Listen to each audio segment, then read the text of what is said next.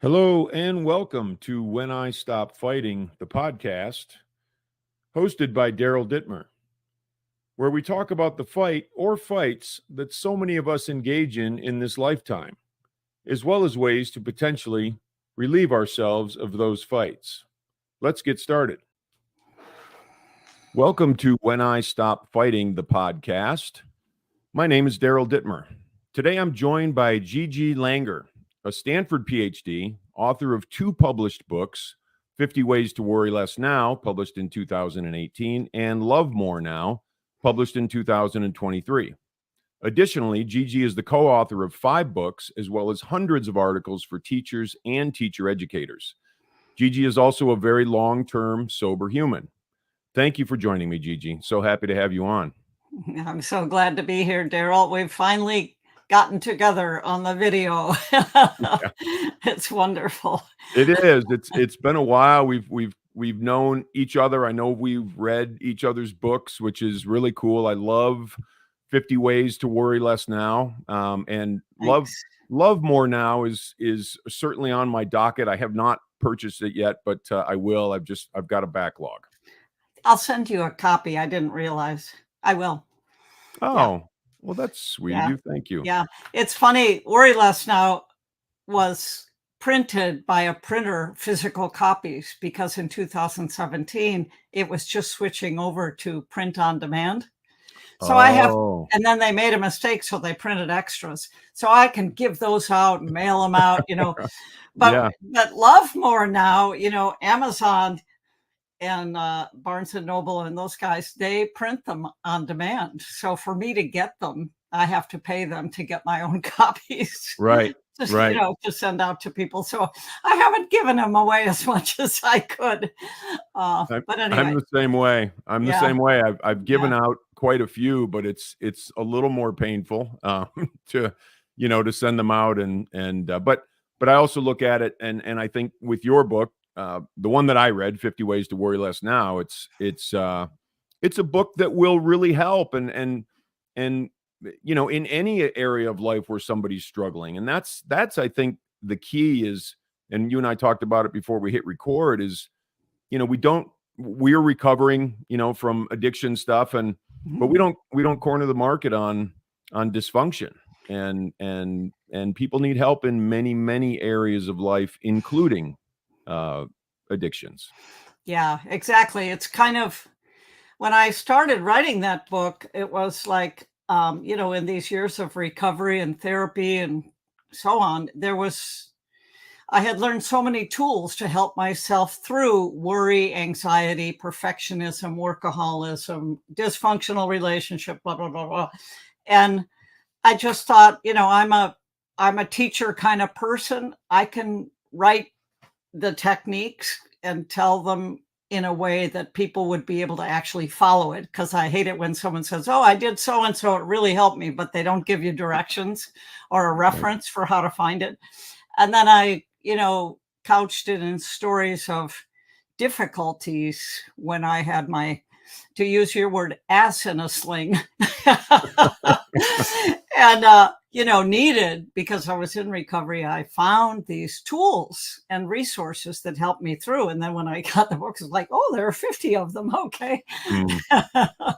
That's wonderful. Yeah. I mean, you just keep going, right? Like in terms of, there's one of the things I love about recovery and the tools that we gather and that we learn how to utilize, which, can be a daunting task. It was for me when I was 19 and just getting sober. I was trying to figure out life, first of all, and then the whole recovery thing. And then, they talked about spirituality, and I came up with the Protestant work ethic in Michigan, being raised a Lutheran kid. And so there's a lot of pull and tug and difficulty in the process, right?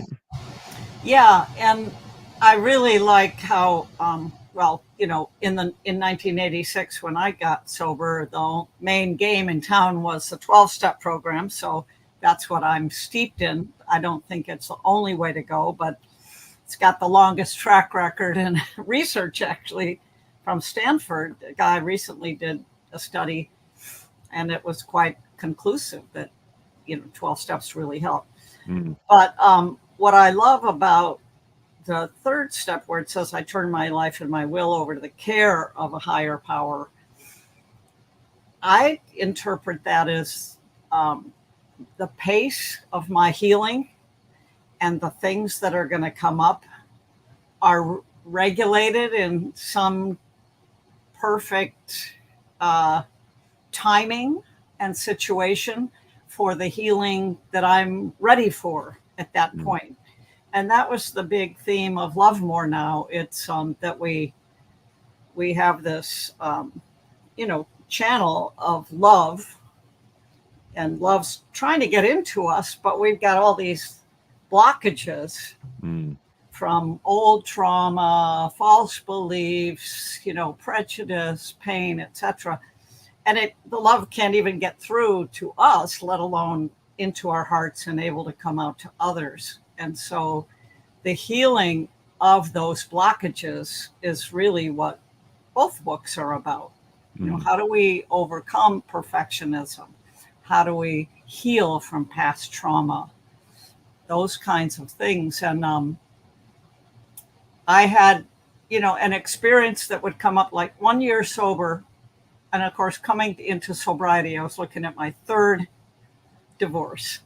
Okay. So I moved to Michigan, Ypsilanti, where you lived also. And unfortunately, my husband was traveling. And so I started going out and finding, connections for marijuana and drugs, and, going home with really dangerous, grossing myself out. Here I had this Stanford PhD in one hand, and I had this seedy little private life in the other. And it was getting really uncomfortable and then scary. So I went to a psychologist. So what the hell's wrong with this picture? And he said, you're in the early phases of alcoholism. Try having 2 drinks, no more, no less, and see what happens. So for 6 months, thank God I lived through it. I didn't go out and pick people up, but I watched myself drink. Sometimes I would have 2 drinks and stop. And other times I would have the 3rd and the 4th and the 5th and pick up, and go close down the bar and do crazy things. So it was hard for me to diagnose myself and to accept that I was an alcoholic, even though my father was a high functioning alcoholic and so on. But, when we're hitting a bottom, we don't know any about, we're so, numbed out that we're not even aware of the things that are causing our dysfunction. I mean, underneath the alcohol, then there's stage 2 recovery, right? Oh yeah, the alcoholic. Hard part. Yeah. And in fact, I don't know if you know of Ernie Larson, who wrote Stage 2 Recovery and Stage 2 Relationships in the 80s. But in Love More Now, I put the 6 patterns that, because when we get sober, then we have relationships, right? That's why I really work Al-Anon too, even though I don't live with an an active alcoholic. But, those patterns for self-sufficiency and safety that we formed in our families, me, the youngest of the 4, trying to be perfect, trying to fit in, trying to stay out of the fray. I'll be loved if I get good grades. I'll be secure if I get the knight in shining armor boyfriend.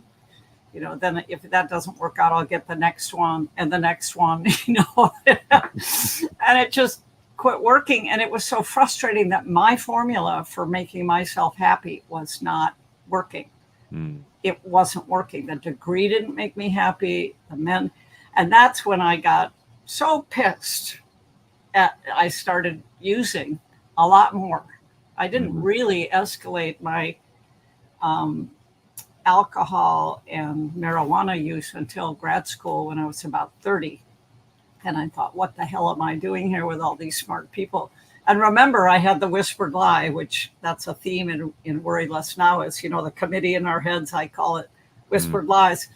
it was telling me, if you don't succeed, you won't be loved. Mm.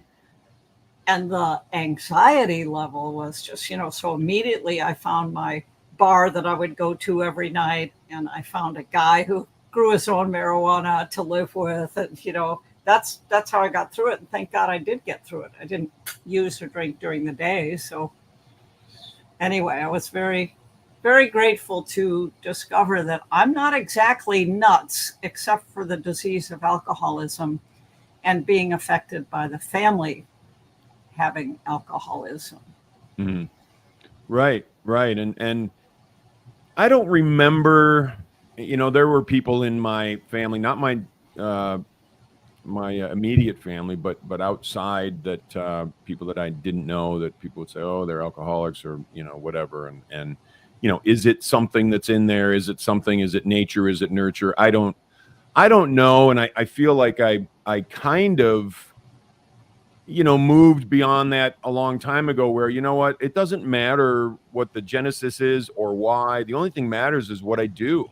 And you alluded to that with the stage 2 recovery, which is, as my subtitle says, that's the point where I have to get my head out of my ass. And that's really the key regarding Worry Less Now. And I loved it. And one of the things that I loved about it was your stories, because I think, and this is my opinion, I'm certainly not a seasoned writer or anything like that, but I do believe that people can relate to the stories. They can relate to the stories, and then, be able to take that direction to move their lives elsewhere. So thank you for that, that wonderful, the wonderful stories that you relate. And it's difficult to do that because there's a vulnerability along that, where, like, oh, maybe they won't like me, or maybe somebody's going to be angry or disagree, or, all that sort of stuff. So Yeah. Congrats to you. Yeah. Some of those stories I had to check with my family to make sure that I could tell it, because just, there was that family dysfunction, and, it was just a lot of stuff happened that to tell it to other people. I remember in my sexual healing group, I mentioned how my dad used to hug us, and he'd kind of cop a little feel with the thumb on the side of our breast, his adult daughters. Mm-hmm. And my sisters kind of thought it was cute, but as I was unthawing in my recovery and getting honest, I told that story to the group, and their jaws fell on the ground. And I realized, oh my God, that is so awful. And, then thank God I was in therapy. I think for trauma kinds of things, really having your boundaries just crashed over, whether it was in your family or in a really unhealthy relationship. For me, having a therapist who was an expert lead me through the healing really helped. But the 12 steps, I think, just set us up so perfectly for self-honesty. That idea of getting humble, that I'm not in charge. And always, I had lived my entire 30 years. If I do this, I'll be loved. I'm in charge, right? I'm in charge of my security. And then it wouldn't work. And then I'd try harder and harder. And that formula just doesn't work. And then the drinking and the alcohol. So admitting that we're powerless, but that our lives are unmanageable. And the reason that it's unmanageable, me, myself, and I, that was the hard part, because I was a smarty pants, right? And admitting, but when we're grossing ourselves out with our drinking and alcohol, the evidence is right there on the line, right? The way I'm doing as a manager of my life is shitty. Right. And I need a new manager. And so at least walking into the 12-step rooms, I had some women who, cared about me, were happy to see me, didn't try to control me, didn't ask for money, didn't ask for my phone number so they could call me and pester me. It was attraction rather than promotion, but they definitely loved me for who I was. I didn't have to pretend. And that was unusual because all my relationships were with men. And then one female using buddy. We'd bake cookies and get high or, do things. And she, that was my life. So I didn't trust women really because I couldn't use my little wiles on them, Mm. Now, now I have the security of a wonderful group of women around me who, I know if the worst of the worst of the worst happens, I don't have to rely on some abstract sense of a God or a higher power or universe. I know that's there, but basically I won't believe in that if the shit hits the fan, right? Something happened to my husband, my sisters, whatever. I will rely on my posse of women that I know will be there for me. And as much as life can hurt, what a comfort to know that I don't have to be alone and I don't have to numb myself out as much as I might want to. It's huge. Yeah. I mean, Yeah. it's huge. It's to be able to sometimes, and I've said this, I don't know if it really makes any sense, but sometimes I've felt like an exposed nerve in a nail storm. There's just stuff is just flying around and getting me and nailing me. And it's been a long time since I've, been in that position, but there's such a huge, you mentioned your circle and my circle has shrunk over the years, to the point where there's less than 5 people in my life that I know, but they would get on a plane immediately. They would be with me immediately. They would talk to me immediately. They would help me immediately. They would do whatever I needed them to do. And as opposed to, right, the circle that we used to have, which was kind of anybody and everybody who's going to pay attention to me, right? Who's going to pay attention to me? Who's going to tell me I'm this or that, or and I can't be myself, because if I'm myself, I'm not going to be liked. So I have to pretend to be something and pretend that I'm cooler than I am and pretend that I'm tougher than I am. So it's such a futile way to live. And I know we both feel as though with our respective books, we want to help people sort of come out of that and recognize that there's a completely different way to live. And whether we call it stage 2 recovery of, something like getting rid of our addictions or whatever it is, it's just this world that's, I look at the addiction world like it's that big, and the recovery world is, just an infinite beauty. And anyway, that's what came to mind for me when you were talking. It's wonderful to hear you discuss it. Good point. Good point about the bigness, that it goes way beyond quitting drinking and drugging and sexing or whatever the other addictions are. When I came into recovery, looking back, I could see my love mechanism was broken. I didn't know how to give love except to get it back. I didn't know how to accept love because I didn't think I deserved it. And it took me 6 months of going to meetings 3 times a week, but I would go late, leave early, didn't make any friends. But after 6 months, I was hearing the women talking about having a sponsor, working the steps, how great it was to call their sponsor.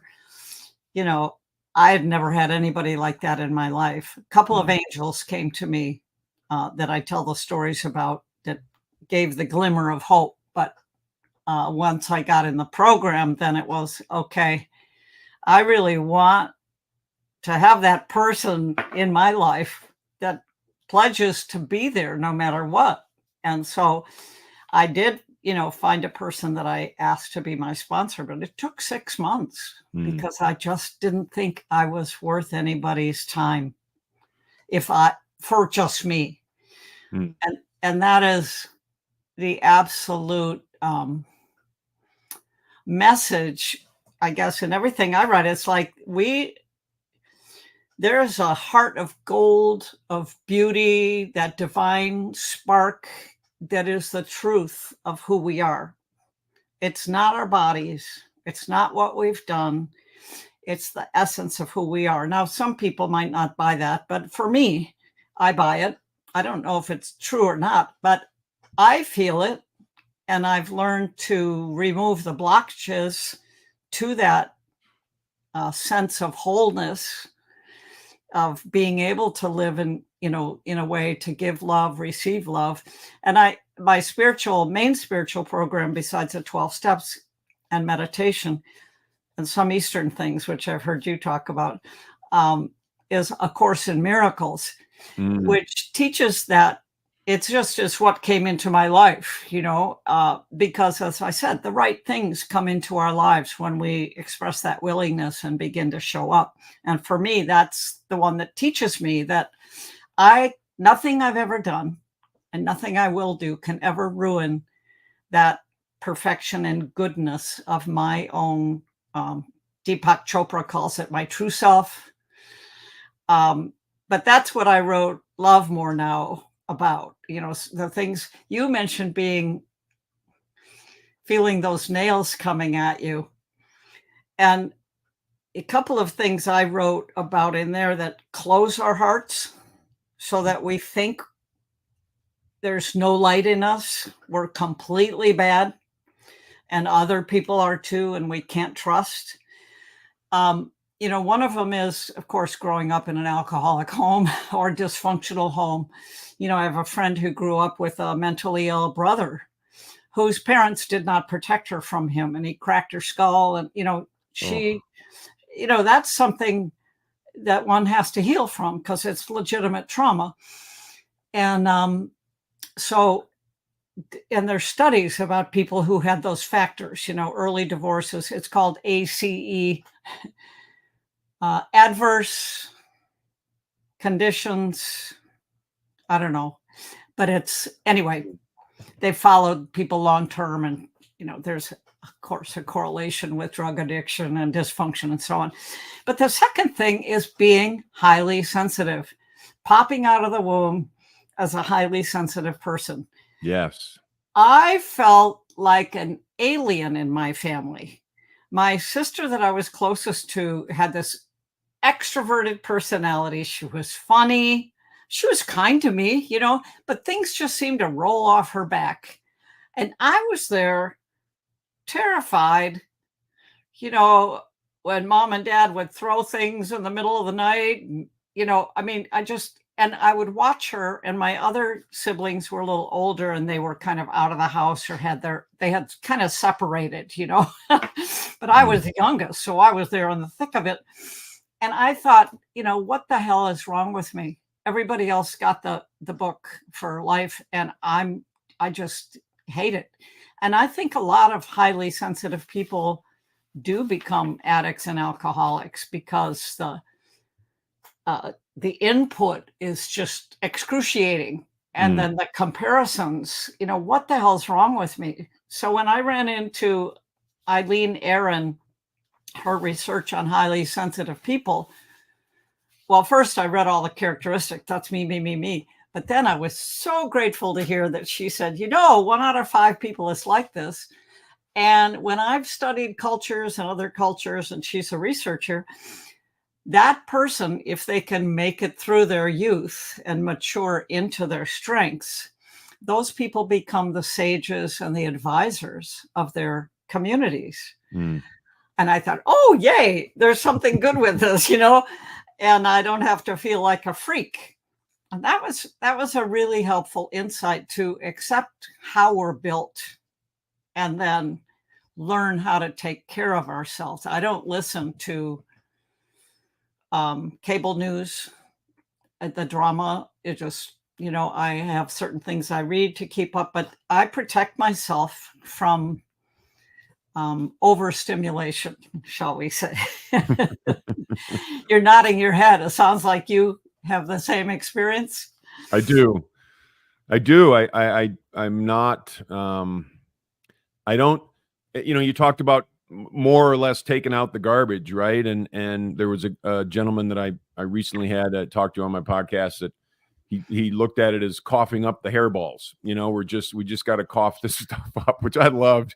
That really cracked me up. But and I use that sometimes on social media just because I think it's great. But so we got to cough up the hairballs, but we can't continue to add hairballs. You know, we can't continue to add the battles and add the garbage. The clearest sort of take that I got on recovering, and I don't mean from the drugs and alcohol, I mean get my life back, was that I had these fights going on inside of me, and I had to look at it like I have to take out the garbage in my life. I have to take out the garbage in my life, whether it's, and I don't mean this, you know, for any people or anything like that. I mean, you know, I changed the game. You got to change the players. You know, there's many things we have to do, but we have to cough up those traumas, for, you know, for better or worse, and for lack of better terminology, but it can be the traumas. It can be my behaviors. You know, there's things that I need to cough up that I'm doing that I need to stop doing. And, you know, those things are all incredibly crucial. And I think it's key to understand what we're fighting. And I'll tell you a little bit about cable news real quick, just because it cracks me up. I didn't pay attention to much in terms of stuff going on in the news for a long, long time, like literally probably my first 50 years of my life. And because I couldn't, once I got sober, you know, before sober, no way, who cared, right? Like mom and dad watched the 6 o'clock news and the 11 o'clock news. I wasn't about to do that, right, when I was a kid. So anyway, so I move on with my life, and I'm not interested in the news. I'm not interested, honestly, in politics. I'm not interested in any of that stuff. Now, you know, was I paying attention enough to be able to go vote and those sorts of things? Most of the time, but not always. But I started probably, I don't know, several years ago, I started paying attention. And then I'm like, this is gross. You know, this is bad stuff. This is not what I want my life to feel like, because it doesn't resonate in me. It doesn't feel good. And I don't mean feel good from the perspective of, you know, me needing to feel good from, I just mean, why dump all that garbage at myself? So anyway, I can relate to what you're saying, Gigi, completely. Yeah. Yeah. We need, you know, one of the things is we do learn to take care of ourselves. And that the biggest area that we all struggle with before sobriety, and especially after, is relationships. You know, because my little formula for people pleasing or caretaking or tiptoeing around and pretending to be who people want to be, that it might work for getting a degree, but it does not work in relationships. You know, I never told anyone what I needed or felt, because unless I was drunk, and then it was some crazy feeling that had no relevance. But I didn't know what I felt. I couldn't tell people what I needed, or, I mean, you know, they were in love with an empty vessel that was pretending to be what they wanted them to be. So of course I got tired and left, you know. But about the hairballs, you know, and that old stuff, I think perhaps people would often hesitate to get into either therapy or recovery. I had this belief, like, if I knew there was some stuff down in there, otherwise why would I be doing all this shit, right? You know, there must be some stuff in there that's bad stuff. So I was afraid if I started therapy or recovery, I would be ripping the Band-Aid off of all that stuff, and it would come spewing out and overwhelm me. And one of the things I did in Worry Less Now was illustrate, you know, the layers of the onion, that, you know, first, whatever my higher power or loving power or whatever that's bigger than my fear regulated it. So first I just looked at the alcoholism, you know, and then I started looking at the patterns I had developed growing up in an alcoholic family and going to adult children of alcoholics. And really, I didn't discover any of the sexual touching stuff till I was like 5 years sober. It never came up until it was time. And I saw this thing on TV about date rape, and I was with my sponsor the next day, and I said, I saw this thing on date rape last night. It looked really awful. I'm so glad that never happened to me. And then my stomach just went like an elevator. And I called a therapist that dealt with, sexual touching and stuff like that to try to heal it. And she, thank God for her, I think these patterns, it's part of what I did a lot in Love More Now.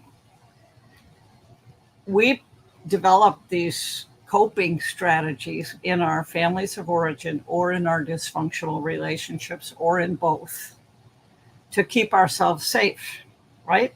A perfectionism. If I perform well, people will love me. Caretaking. If I put people first and take care of them, I'll be okay.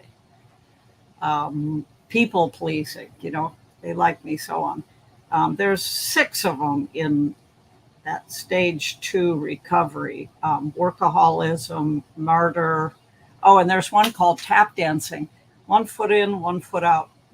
That's why I kept leaving relationships. The only thing I ever put 2 feet in, and it took me 6 months, recovery, 12-step. But the problem is we take those into our relationships, and then they really screw us up. So what I did in Love More Now is I took the idea of an inventory and, the fear and the self-centered fear and, resentments and so on, and combined it with these patterns, self-sabotaging patterns, and made it into a kind of inventory. So we could look at what is the whispered lie that goes with caretaking. And then I put illustrations of people, struggling with that. But that's, for me, part of the hairball is in here. It's a track, a track that's, and I only put a paragraph of research into each technique or something I share, but I actually look at the research because I was trained at Stanford to be a researcher. So I look at, like I'm not going to recommend something that, and in Worry Less Now, I offer in those 25 tools, some of them are cognitive, some of them are spiritual, and some of them are energy work, things like Reiki and, so on. But the cognitive ones, this cognitive restructuring, it started with cognitive behavioral therapy, where we could change our thoughts and we could change our experiences. And so taking responsibility for what's going on in here is, to me, a key.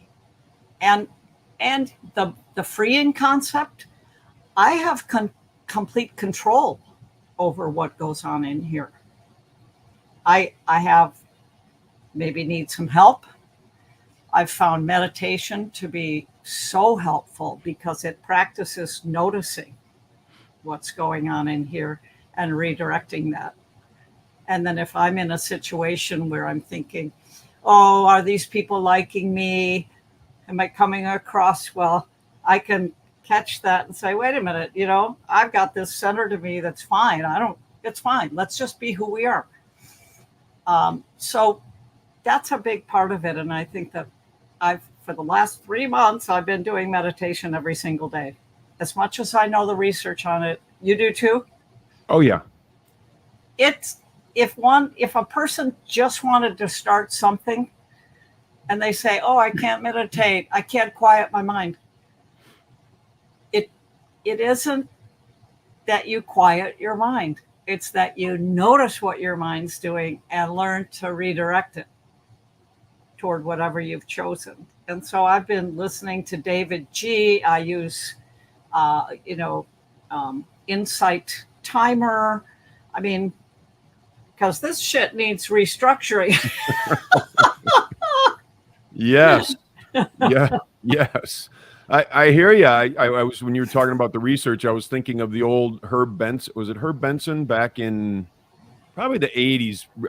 I think it was either Beth Israel in Boston or I'm not sure. But anyway, he talked about how meditation can change our brain chemistry, can change what goes on in the melon, which is pretty cool. And I love that you mentioned that meditation, because I'm gonna get you a website of a friend of mine who does pranayama, breath work, and Super. he's unbelievable. But he taught me meditation 25 years ago, maybe, and he's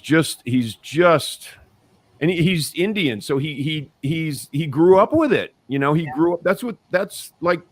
And I can't imagine growing up with that. I grew up, shoveling shit and whatever. That was kind of my, and so in so many ways. But anyway, the meditation part, and I like to look at it. My favorite word in the English language is allow, and I can allow things to, as long as I have my habits down and I'm doing the right things and I'm being consistent about the things that I do, I can allow stuff to come and stuff to go, and I don't have to beat the crap out of myself for it. And there's, like you said, I can understand that I have my center, and all this ancillary stuff doesn't have to rock my world. And I can allow it not to rock my world, or I can allow it to rock my world. So anyway, that's we're I could talk with you forever, Gigi, quite honestly. It's just a wonderful conversation. But so I was thinking about some of the more, we've kind of gone down the road of recovery in your books, and what are some of the things, and I know your book is certainly going to be helpful to many people, as it already is, but what are some of the things that you would, for somebody who's just getting started on a new life, just getting started in whether it's recovery from addictions, or just trying to move their life forward, maybe they're paralyzed by fears, any of those sorts of things, what would you say to those people? Don't try to do it alone. Even if you can afford a therapist or a counselor, and that's what you're willing to do because it's scary, do it. I think going to a place where other people have struggled with the same problem and have some good ground rules around, money and support and so on, that you can tell it's a safe place. 12-step programs are great. Al-Anon is really helpful it's just a good step in to recovery. I wouldn't try, I don't know. Everybody's journey is different. So I was about to say, don't try any of the fancy spiritual things until you've let go of your addiction. But it can work the other way too. You can start meditating and then realize you have to give some things up. So, don't try to do any emotional healing if you're still using alcohol and drugs, because you're trying to heal something that's not there. It's numbed out. I guess those would be my suggestions. No, that's wonderful. I appreciate that. It's, the most difficult part is getting started, right? And finding ourselves at the precipice of potentially a new life. And what do we do? And, I think surrounding ourselves with, and I grew up in the 12 steps as well, and surrounding ourselves with people who know what's going on with us. And it's funny because I think a lot of people think that the 12 steps programs are the tables. They are the tables, but it's the program. It's the instructions. It's the life instructions that we get with the 12 steps. And that is what works. It's not, and I say something about that in my book. It's not sitting around chewing the fat with a bunch of drug addicts. I mean, that helps because they can relate and maybe keep me from going to another place that might be harmful to me, but I have to work those 12 steps. And so you mentioning that support, I think, is so crucial. Yes. Stick with the winners, the people who are succeeding in getting their lives to work, Right. That's so crucial. I'm because there's a lot of people that'll get rid of the drinking and drugs or whatever the addiction is or whatever the issue is, and that can be set aside for a period of time. But unless I'm around people that are healing the mechanism, and the mechanism is me, and the mechanism is them healing themselves, it's I heard a long time ago that, and I think it's true, if I, sober or not sober, if I lay down with dogs long enough, I'm going to get fleas. And I don't mean that in terms of just, the people necessarily, but it's just, if we hang out with people that do the things that we don't want to do, there's going to be that grating inside of us, and we can't afford to have that friction, because that hits us where we're sensitive, and we are sensitive. I'm going to say one last thing, and this is just, I've never said this before, but I think only my wife knows, but my mom used to say when I was a kid, she's like, Daryl's just a sensitive kid. He's extremely sensitive. And I was, and things affected me. And my wife and I love to watch America's Got Talent, because I love that show. Mm-hmm. And I love seeing people do things and trying, and I swear, if I watch a show, the auditions or whatever, and there's 2 hours of auditions, there's probably 5 times where I have to kind of turn my head a little bit because I'm brought to tears, because I love to see people doing well, and I love to see people succeed. And that's a pretty cool thing. Anyway, it's a gift. It's a gift being sensitive, ultimately. It truly is. I could not agree with you more. I'm resonance is another one of my favorite words in the English language, and how things hit me and how things sort of sift through me. And I know what's right for me and what's not right for me. And if it's not right for me, go away. And if it is right for me, bring me more. And it's important to get to that place where things resonate for us and with us. Yes. You mentioned your wife. I just want to add, even though I was facing my third divorce, and I did have that third divorce, after a year of living on my own, not being in a relationship, I met Peter, and we just had our 35-year anniversary. And, that was a gift of recovery. So. Oh, happy anniversary. That's really cool. Good for you. Yeah. Wow. Thank you. Really, really cool. And please tell Peter I said congratulations. That's awesome. So how do we find you? How do we find your books? What's the best place to see Gigi Langer's work? Yeah, it's easy. If you go to my website, which is gigilanger.com. So it's myname.com. The links to the books, and I have a blog and other things, a lot more about my background and growing up and so on. What I will do is, because I have many books that I am willing to mail out free. I'll pay the postage of the Worry Less Now book. So I will do that for people listening to the podcast. So they would just need to email me, and you'll put these in the show notes, I'm sure, but it's the easiest one to remember is glanger1, the number 1, @att.net. That's the easiest one. But if you email me and say, I'd really like a copy, I'll be happy to mail you a signed copy. Very cool. And within the United States. I can't afford to send them outside of the United States. But yeah, and then I'm on, all the normal places, Facebook, Twitter. I have some YouTube things and so on. So yeah.